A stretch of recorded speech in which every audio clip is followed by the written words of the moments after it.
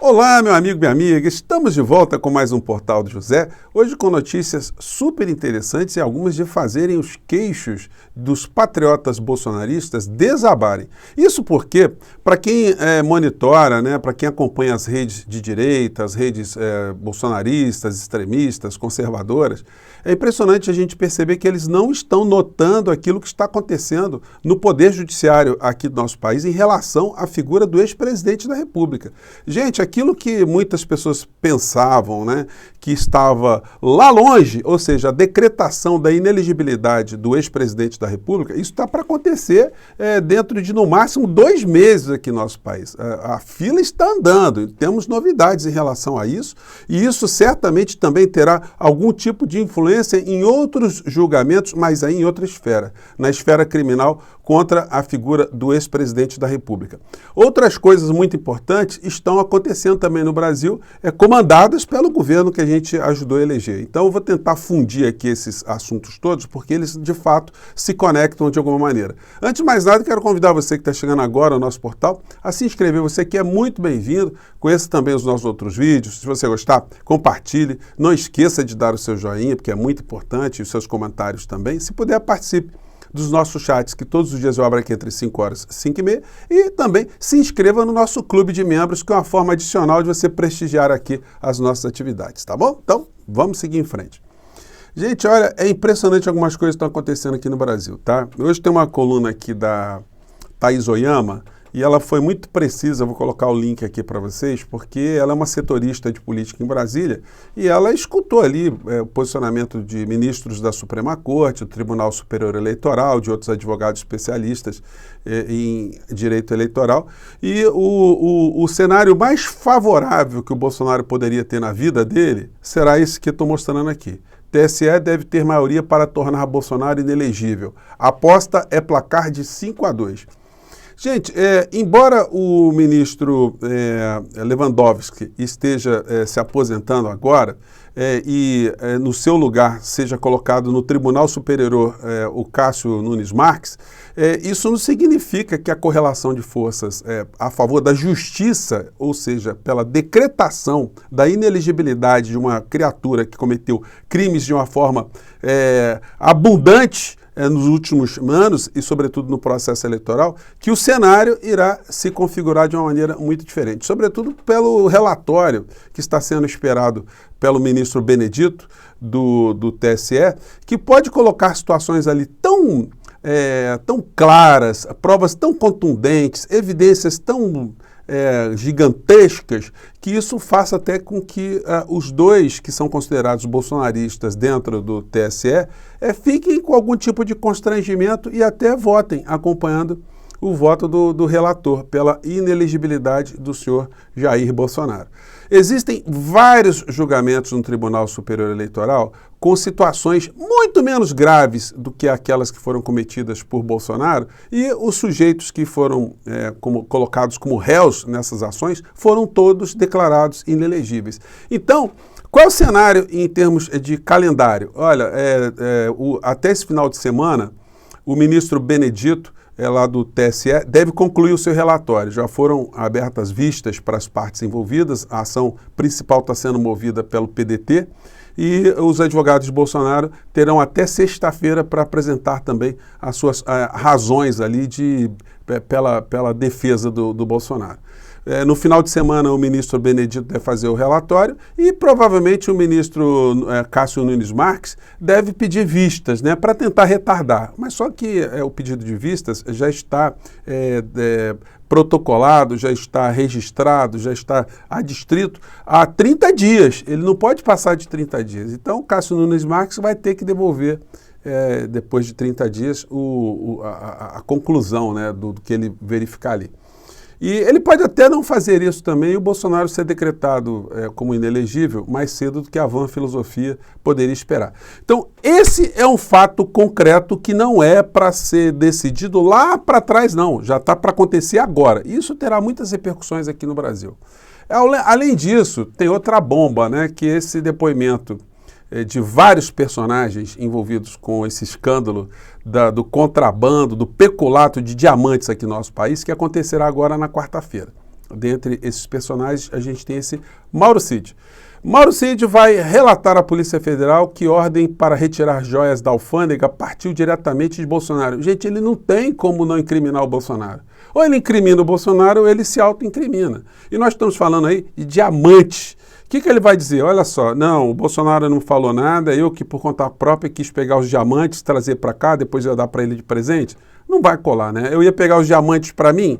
Não, eu estava agindo exclusivamente por determinação do Bolsonaro, como eu fiz sempre em todas as vezes que eu estive atendendo a figura do ex-presidente da República. Ele funcionou ali como um cão de guarda, né? Todas as situações escabrosas que o Bolsonaro cometia, estava ali sempre o coronel Mauro Cid do lado. Então, gente, são situações muito complicadas, outros depoimentos serão colhidos também em delegacias separadas da Polícia Federal e nós vamos ter aí situações onde o Bolsonaro, do ponto de vista criminal, ele não vai ter como escapar. Muitas pessoas perguntam, será que ele vai ser preso? Gente, olha só, não tem como pulverizar uma condenação, não tem como o juiz no final da história chegar à conclusão que houve crime e dizer assim, olha, houve crime, mas eu vou perdoar. Não existe isso na lei. Então ele vai ter que decretar algum tipo de sanção à liberdade do Bolsonaro. A questão não é nem se ele será condenado, será o volume dessa pena e como ele poderá cumprir essa pena. Nesse caso específico, sem prejuízo de outros que virão mais à frente. Então, a situação está muito complicada. Os familiares de Bolsonaro continuam se apegando na única alternativa do Bolsonaro ficar vivendo ainda com algum tipo de lastro político, que é a destruição do nosso país do ponto de vista econômico. Eles estão apostando que o governo Lula vai ser uma catástrofe tão grande que isso poderia manter a figura do bolsonarismo acesa. Então, Flávio Bolsonaro hoje colocou: o desastre da equipe econômica do Dilma levará o Brasil a patamares jamais vistos. Preparem o lombo. E ainda tem especialista falando que a inflação dará alívio ao pobre. Meu Deus, logo mais vão falar que a inflação é conquista social. Gente, os canalhas, desculpem usar essa expressão, eles não falam, né, que o legado que nós estamos vendo agora na área econômica é fruto da quadrilha que comandou a área econômica do nosso país, tendo ali como o boneco do posto, o fantoche, o espantalho, a figura do pai do senhor Flávio, né, que vai ficar encalacrado e vai receber muitas condenações pela frente.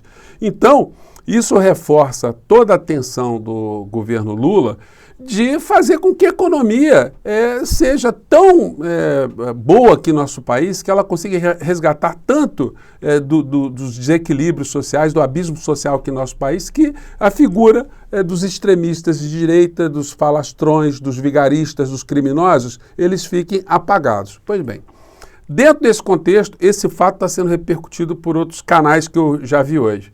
Esse ponto da pesquisa do Datafolha, que diz que 80% acham que Lula age bem ao pressionar pela queda dos juros, diz Datafolha. Para 71% dos entrevistados, taxa está acima do que deveria, aponta a pesquisa. Então, gente, o que está faltando para o presidente Lula?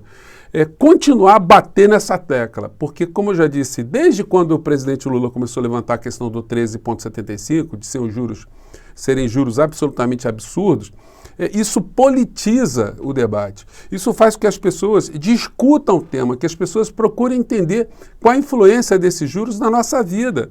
O pequeno empresário que quebrou na economia, que teve que parar na economia, na pandemia, se ele precisar de recursos hoje para reativar o negócio dele, ele não vai pagar só 13,75 não, isso é o piso. Os bancos vão oferecer ali financiamentos com 20% de juros ao ano.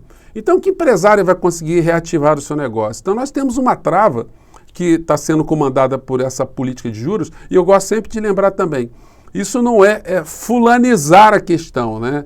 Você colocar que o problema todo está nas costas do Roberto Campos Neto, esse tipo de fulanização, melhor dizendo, ela não esclarece às pessoas o problema real. O problema real é que o Roberto Campos Neto ele é apenas um fantoche também, ele é um personagem de uma engrenagem. Porque se ele sair da diretoria do Banco Central, ele vai trabalhar no mercado financeiro, ganhar 10 vezes mais e vai ser muito bem remunerado pelos serviços já prestados ao mercado financeiro. As pessoas que estão ali dentro da direção do Banco Central pensam da mesma forma que ele. Então, o problema não é uma pessoa, é uma mentalidade que precisa ser colocada para a sociedade. E aí, o presidente Lula tem uma grande chance, né, de reacender esse debate. Hoje, ele fez uma reunião ministerial e a gente tem a seguinte notícia em relação a um dos aspectos desse encontro dele com os ministros. Lula evita citar números, mas diz que o país vai crescer mais do que os pessimistas estão prevendo. Bom, é muito importante que um presidente da República ele seja um otimista, né? Que ele estimule as pessoas, né? A trabalharem, a produzirem, a investirem, a acreditarem. Mas é necessário que hajam também situações concretas que possibilitem esse tipo de situação. Porque só no discurso o empresário não vai arrumar dinheiro de algum lugar para investir. O pequeno empreendedor também não vai arrumar dinheiro. Aquele que está encalacrado no SPC e Serasa, ele não vai conseguir pegar dinheiro com juros para resolver, com esse tipo de juros para resolver o seu problema. Então, nós temos situações que não dependem apenas da boa vontade, dependerão também de ações concretas do governo. E eu estou vendo muitos canais progressistas fazendo várias críticas de pessoas assim, muito próximas ao presidente Lula, né? As pessoas que estão na área econômica agora do governo, e pessoas que não podem ser colocadas no campo de adversárias do governo. Não, as pessoas estão vendo o que está acontecendo e elas querem ajudar que o governo assuma plataformas de enfrentamento a uma série de questões econômicas que tem aqui no nosso país que vão sofrer alguns abalos, inclusive em função dessa notícia aqui de agorinha. O presidente Lula faz um pronunciamento super otimista, mas a gente tem uma notícia aqui que é preocupante, tá? Que é essa aqui. Vou colocar aqui a agência France Press. Os preços do petróleo operam em alta nesta segunda-feira, depois que vários países importantes do mercado, como a Arábia Saudita, Iraque e Rússia, anunciaram um corte da produção como medida de precaução após a recente queda das cotações.